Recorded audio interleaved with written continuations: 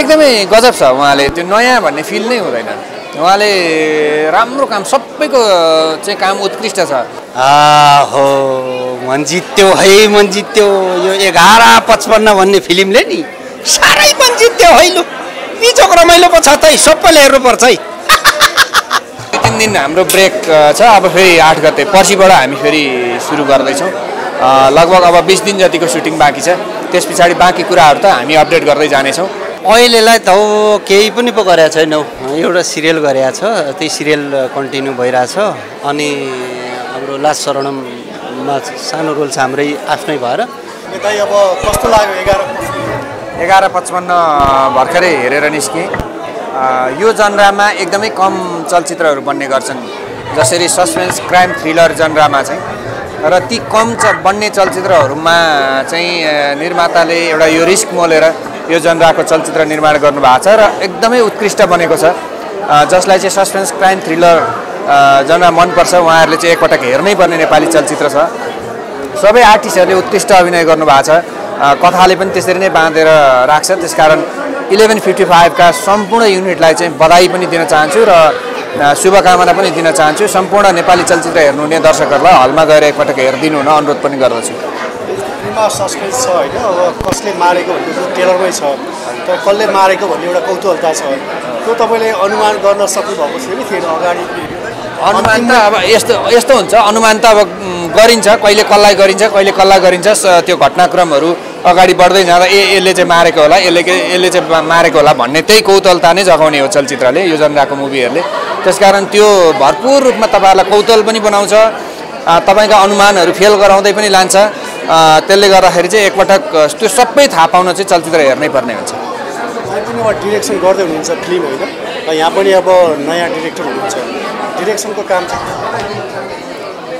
एकदमै गजब छ उहाँले त्यो नयाँ भन्ने फिल नै हुँदैन उहाँले राम्रो काम सबैको चाहिँ काम उत्कृष्ट छ चलचित्र एउटा पूर्ण रूपमा राम्रो चलचित्र बन्नलाई एउटा टिमवर्कको आवश्यकता पर्दछ त्यसमा चाहिँ एउटा स्पोर्ट बोयदेखि लिएर डाइरेक्टरसम्म बिचमा सबैले चाहिँ राम्रो भूमिका निर्वाह गर्यो भने मात्र राम्रो चलचित्र बन्छ र त्यो टिमवर्क त्यो सबै कुराले एकदमै परिपक्व चलचित्र बनेको छ त्यसकारण नयाँ निर्देशक हाम्रो केशव पाण्डेजी उहाँलाई पनि बधाई तथा शुभकामना भन्न चाहन्छु डिरेक्सन गर्दै हुन्छ होइन डिरेक्सन गर्न सिरियलमा गरे जस्तो फिल्ममा चाहिँ कतिको गाह्रो भएको छ के छ कुनै पनि काम गर्न सजिलो हुँदैन हामीले कामलाई कसरी लिने भन्ने कुरा हुन्छ तर तपाईँले जब जुनसुकै पनि काम गर्नुहुन्छ त्यसमा इन्जोय गर्नुभयो भने त्यसले राम्रो परिणाम दिने हो मैले अभिनय गर्दा होस् मैले स्क्रिप्ट लेख्दा होस् अथवा मैले निर्देशन गर्दा होस् म हरेक काममा इन्जोय गर्छु किनकि यो मैले रोजेको विधा हो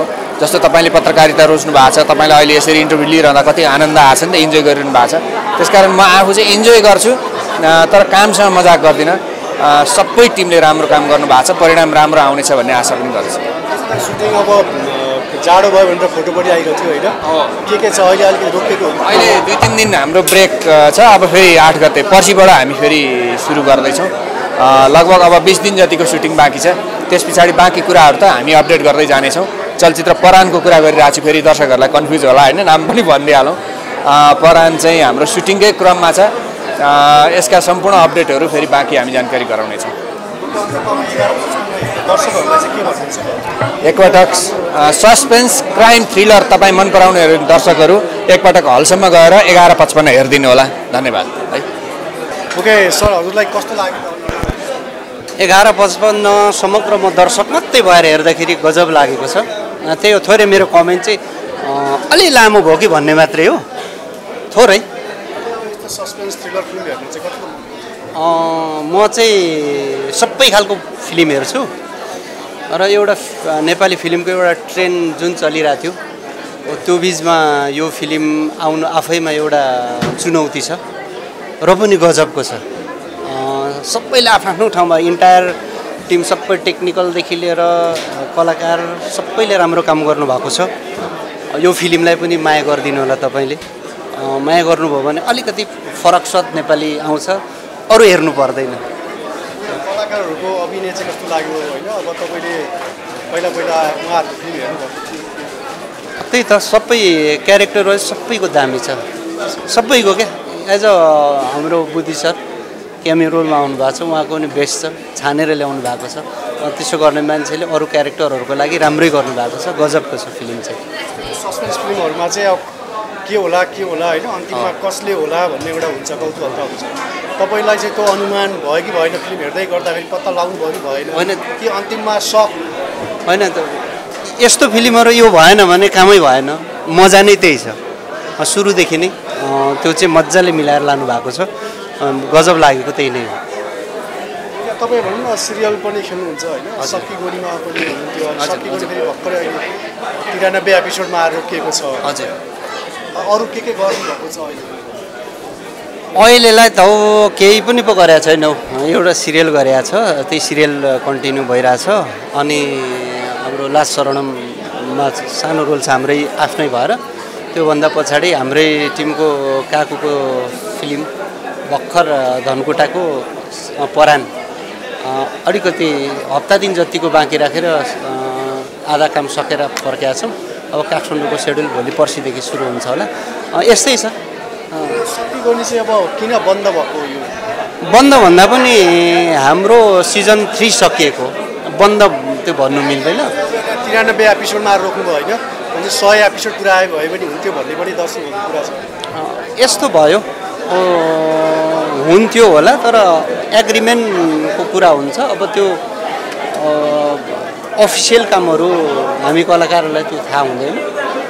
त्यो भएको हुनाले अब हामीलाई यहाँसम्मको कुरो जानकारी थियो।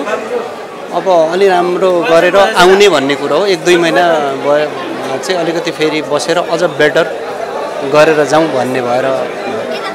उहाँको टिमले फिल्म पनि बनाउनु भयो भर्खर होइन, लास्ट त्यो कारणले उहाँको टिम होइन, हाम्रै टिम हो भन्नाले अब सक्की गोली टिमले। हजुर, त्यसपछि त्यो कारणले पनि अब फिल्मतिर लाएर यो बन्द भएको हो कि?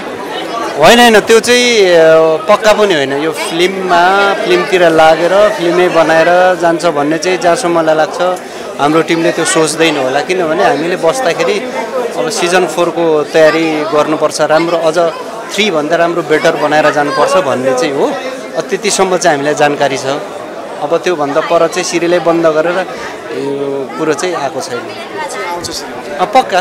जस्तो अब अन्तिममा मैले सोध्न चाहेँ होइन, तपाईँ अब सक्की गोलीमा काम गर्नुभयो होइन, त्यो टिमसँग तपाईँ हुनुहुन्छ अझै पनि, उता लास्ट राउन्डमा पनि खेलिहाल्नुभयो, फेरि उता दीपक आचार्य सरको परान पनि गर्दै हुनुहुन्छ, फेरि उता सक्की गोली टिमको दीपक आचार्य बिचको अब खासै राम्रो सम्बन्ध छैन भन्छौँ, तपाईँ दुवैतिर हुनुहुन्छ, के छ उहाँहरू? होइन, छैनन् चाहिँ कसले भनौँ भन्ने कुरो हो क्या। टिमबाट उता हट्नुभयो अनि यस्तो हो, कस्तो हुन्छ भने एउटा घरको 5 भाइ छोराले सधैँ एउटै मात्रै गर्छ भन्ने छैन क्या। जस्तो हामी सिरियलमा सँगै नै छौँ। अब फिल्म अब डाइरेक्टर काको आफै पनि राम्रो हुनुहुन्छ, उहाँले आफ्नो एउटा प्रोजेक्ट गर्नु फिल्मको लागि, अनि यता कुमारले छुट्टै गर्यो, भोलि मैले छुट्टै गरौँला, त्यो भनेको त छुट्टिने कुरो भएन नि त। त्यो हामी सिरियलमा सँगै छौँ, आफ्नो आफ्नो काम गर्नु त पाइयो नि, त्यो मात्रै हो। सँगै लास्ट राउन्डमा हुनुहुन्थ्यो, पछि छुट्टिनु भयो नि त, त्यसले गर्दा सम्बन्ध बिग्रिएको भन्ने कुराहरू आइरहेको थियो। तपाईँ दुवैतिर नजिक भएको कारणले यस्तो हो। त्यो चाहिँ कस्तो हुन्छ भने अब अरूले बनाइदिएको हो, त्यो छुट्टिए झगडा गरे लाप्पा खेले भन्ने कुरो चाहिँ अब यो तपाईँहरूले भन्ने कुरा हो। र म त्यसको साँच्ची चाहिँ त्यो केही भएको पनि छैन हो। अब अलिअलि कस्तो हुन्छ भने तपाईँ र म बिचमा सँगै सुत्यो भने लात्ती लाग्छ, कति कुराहरू दाजुभाइभित्रै मन पर्दैन के। मन नपर्दाखेरि चाहिँ म छुट्टै गर्छु है, यसो गर्दैछु म, त यसो ठिक छ नि त, यसो गर्न त म यो गरिरहेको छु भन्नु त पाइयो होला नि त होइन। त्यो मात्रै, बाँकी अब हाम्रो सक्की गोली टिम छुट्टेर विध्वंसै भएर लाप्पा यो चाहिँ वाहियात कुरा, यो चाहिँ होइन, यो पक्का पनि होइन। यो कस्तो भने बेसी नै भएको क्या, यो चाहिँ यो पक्का पनि होइन, छैन, यो त्यस्तो चाहिँ होइन। अझै छ त, गफ हुन्छ, फिल्मको बारेमा चर्चा हुन्छ। लास्ट शरणम अब लास्टसम्म पनि काकुले यस्तो हुनुपर्छ, यस्तो गर्नुपर्छ, अझै पनि तपाईँहरू म छु नि त। अनि अब कस्तो बन्दैछ, के गर्दै हुनुहुन्छ, यो कुरो त छ नि। फिल्मको बारेमा चाहिँ अब उहाँहरू आफ्नो आफ्नो गर्नुभयो, त्यो पाइयो क्या। तर त्यही एउटै घरमा चाहिँ सधैँ 5 भाइ दाजुभाइ एउटै घरमा देख्नु भएको छ तपाईँहरूले? छैन नि। दाजुभाइ छुट्यो भन्दै यिनीहरू लाप्पा खेलेको भन्नु मिल्छ? मिल्दैन नि। त्यति मात्रै, आफ्नो आफ्नो गर्नु पाइयो, त्यो मात्रै भएको हो। सन्धिमा एउटा तपाईँको डायलग सुनौँ न केही। अब सकिएको नि केटा